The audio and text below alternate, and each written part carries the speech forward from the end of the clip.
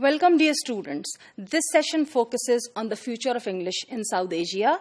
I hope by the end of this session you would be able to understand what are the possible directions of future developments in English that is used in South Asia. Well, my dear students, linguistically and culturally, South Asia and South Asian English is a very interesting and a dynamic phenomenon. It is interesting for various reasons because English has become one of the languages of communication for all the South Asian countries, including India, Pakistan, Sri Lanka, Bengal, Nepal, etc. And this has emerged as this English, South Asian English has emerged as a distinctive variety which has its own features. As far as its dynamic nature is concerned, because English language in this region is evolving, on regular basis. It is constantly evolving. It is constantly changing. In fact, South Asia is a linguistic area with one of the longest histories of contact, influence, use and teaching and learning of English. Since the very arrival of the British in this area, in the subcontinent, when they came and colonized this area, in fact, English has always remained one of the most significant languages of the area. If we quote Kachro from 1986, he asserts, the use of the term South Asian English is not to be understood as indicative of linguistic homogeneity in this variety, nor of a universal or uniform linguistic competence. What he means by this is two things. A, that when we use the term South Asian English, it should not be taken as one variety, because within this variety there are further sub-varieties. Within South Asian variety, where there are certain shared features, there are certain distinctive features of, for instance, Indian, Pakistani, Bangladeshi, Sri Lankan, and, Nepali English. The second point that he wants to prove is that it is not even uniform in terms of linguistic competence. The ability, the knowledge of the language that, all this region has, and the performance also, by the way, of this language as it is done here. It varies from region to region. It varies from country to country. And within each country, there are certain areas where the competence is different from some other area. Another important aspect of South Asian English that needs to be considered when we talk of, predicting about its future, and when we talk about what would be the form and what would be the shape of this English in the coming years, in the coming times, the important issue that we need to consider is the issue of identities. Well, the term identity actually needs to be understood in more than one senses. It should be understood in the regional sense.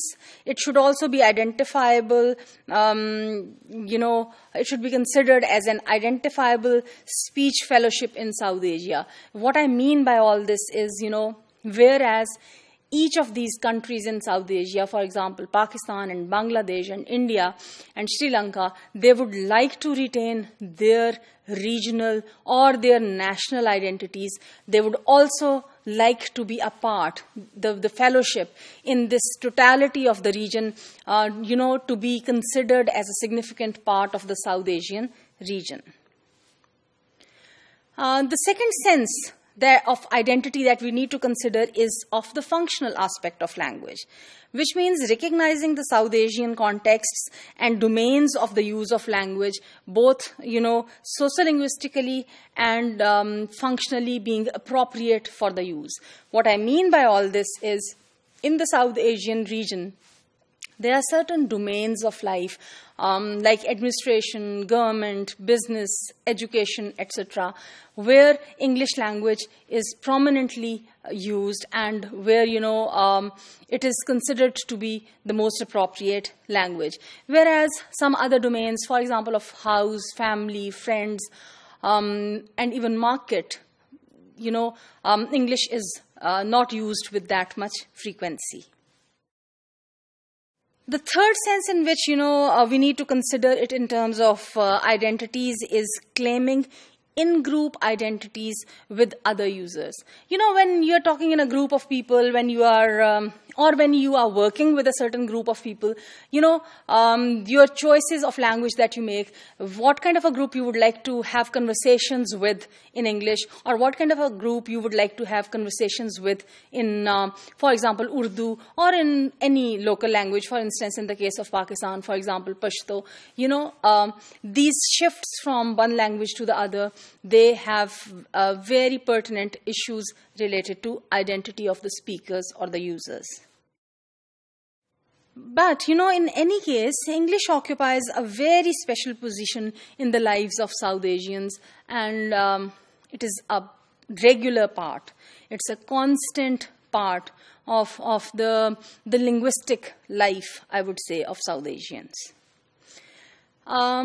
However, to suit the native needs, it is nativized to such an extent that it is not considered to be a foreign language or an alien language in this region. Most of the people in this region learn it not as a foreign language, but as a second language. In fact, in this area, a lot of creative writing has been done in English, and currently we find a lot of examples where, actually the use of English for creative writing is at its peak. A lot of, especially I would say, writers in India and Pakistan are writing their creative writings, for instance, novels or even poetry in English language. More and more South Asian writers are emerging as great writers. Here are some examples on the screen of certain writers who won international prizes. For example, Jhumpa Lahiri, and then Andaruti Rai, the writer of The God of Small Things, by the way. So these are the people who have written creative works in English language and have won various prizes internationally, which is a kind of a recognition of the South Asian English, because their writings reflect this particular variety of English. In other words, when we think of the future dimensions or the future directions of English language, I think with reference to South Asia, probably we can safely predict that English is very much here and it is here to stay.